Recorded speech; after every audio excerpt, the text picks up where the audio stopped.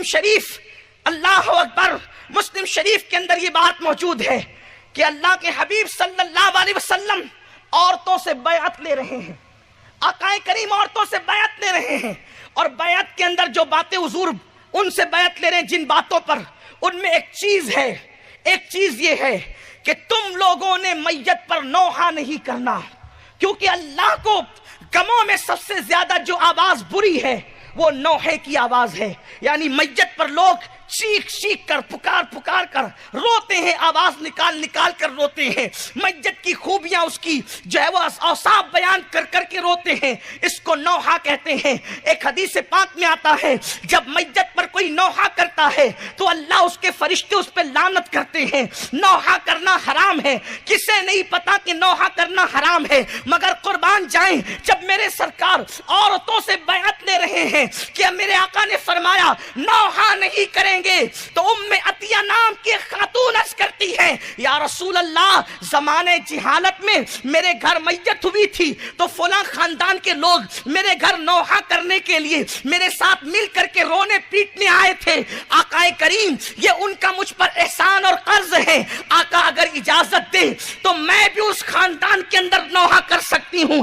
آقا کریم صلی اللہ علیہ وسلم نے یہ نہیں کہا میں تو مجبور محض تمہاری طرح انسان بن کر کے آیا ہوں، اللہ کا قانون ہے، میں یہ کیسے اجازت دے سکتا ہوں کہ میں نوحہ کر سکتے ہیں۔ آقا کریم نے فرمایا ٹھیک ہے، جس خاندان کا تم پر احسان ہے، مفہوم حدیث ہے، اس خاندان کی میت میں تمہیں نوحہ کرنے کی اجازت دیتا ہوں، تم اس خاندان کے اندر جا کر کے ان کا احسان چکا دو، مگر تمہارے بعد یہ چیز کسی اور کے لیے جائز نہیں ہوگی۔ اس کے بعد اٹھا کر کے دیکھیں شریعت میں بے شمار مثالیں موجود ہیں۔ اللہ کے حبیب صلی اللہ علیہ وسلم کے غلاموں، کس مسلمان کو پتا نہیں کہ کسی کا شوہر انتقال کر جائے تو شوہر کی موت پر عورت کو عدت گزارنا 4 مہینے 10 دن یہ واجب ہے۔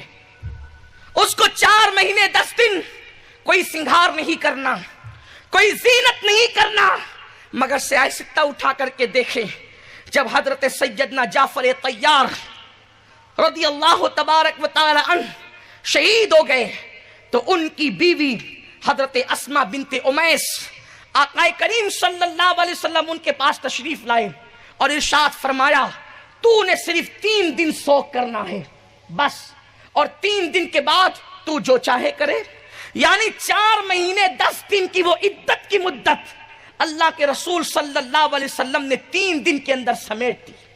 آقا کریم صلی اللہ علیہ وسلم نے اس کو 3 دن کر دیا۔ کہاں ہے وہ لوگ جو کہتے ہیں کہ اللہ کے حبیب کو بھی اختیار نہیں؟ حضور قانون بنانے والے ہیں، ان کے بارے میں یہ بات کہی جاتی ہے۔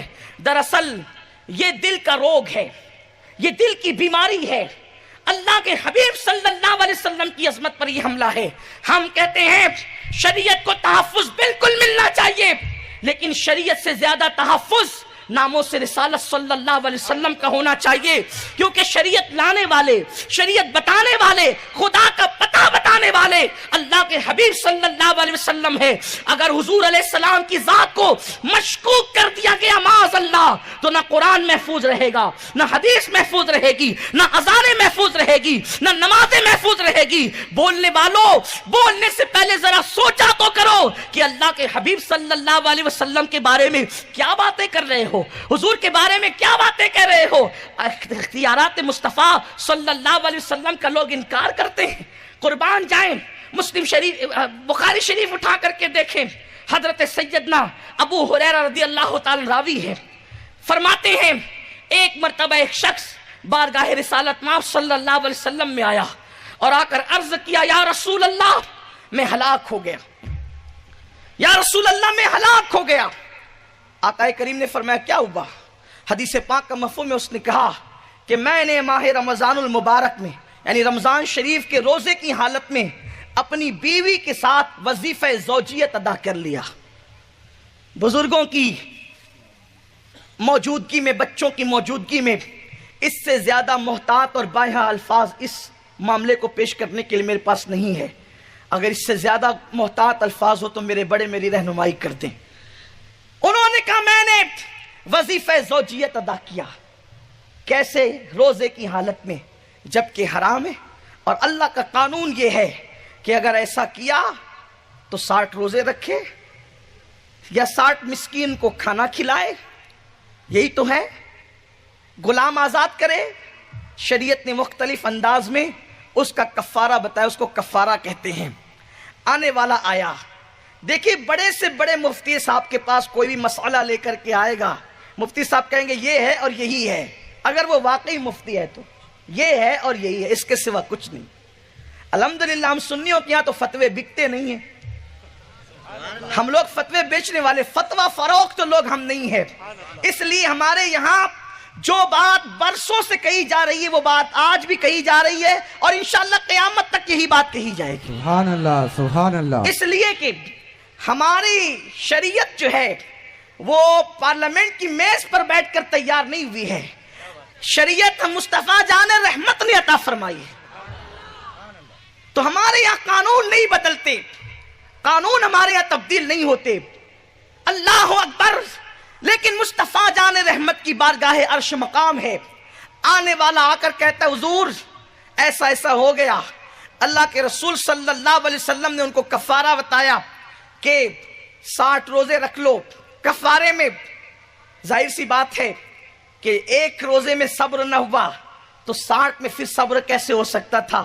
انہوں نے کہا حضور نہیں کر سکتا، 60 روزے نہیں رکھ سکتا، تو کہا 60 مسکینوں کو کھانا کھلا دو، کہا یہ بھی نہیں کر سکتا، غلام آزاد کر دو، کہا حضور یہ بھی نہیں کر سکتا۔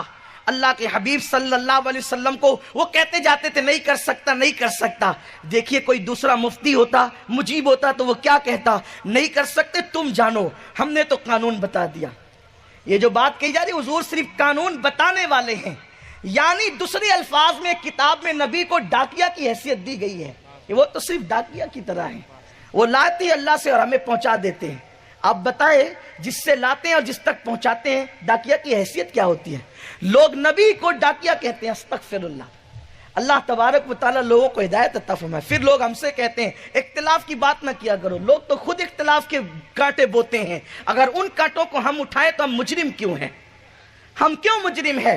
اور خدا کی عزت کی قسم ہمارے باپ کی آبرو پر ہونے والے حملے کو ہم برداشت کر سکتے ہیں، نبی کی عظمت پر ہونے والے حملے کو مسلمان کبھی برداشت کر ہی نہیں سکتا اگر اس کے دل میں ایمان کی ذرہ برابر رمق باقی ہے، کیونکہ خدا کی عزت کی قسم اللہ نے ہمیں جو جان عطا کی ہے وہ مصطفیٰ جان رحمت کے صدقے میں عطا کی ہے۔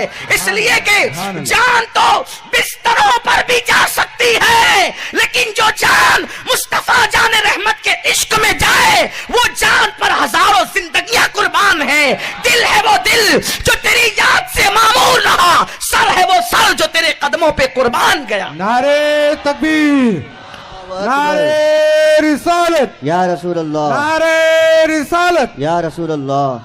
شریعت کو تحفظ ناموں سے مصطفیٰ کو تحفظ دیے بغیر ہو نہیں سکتا۔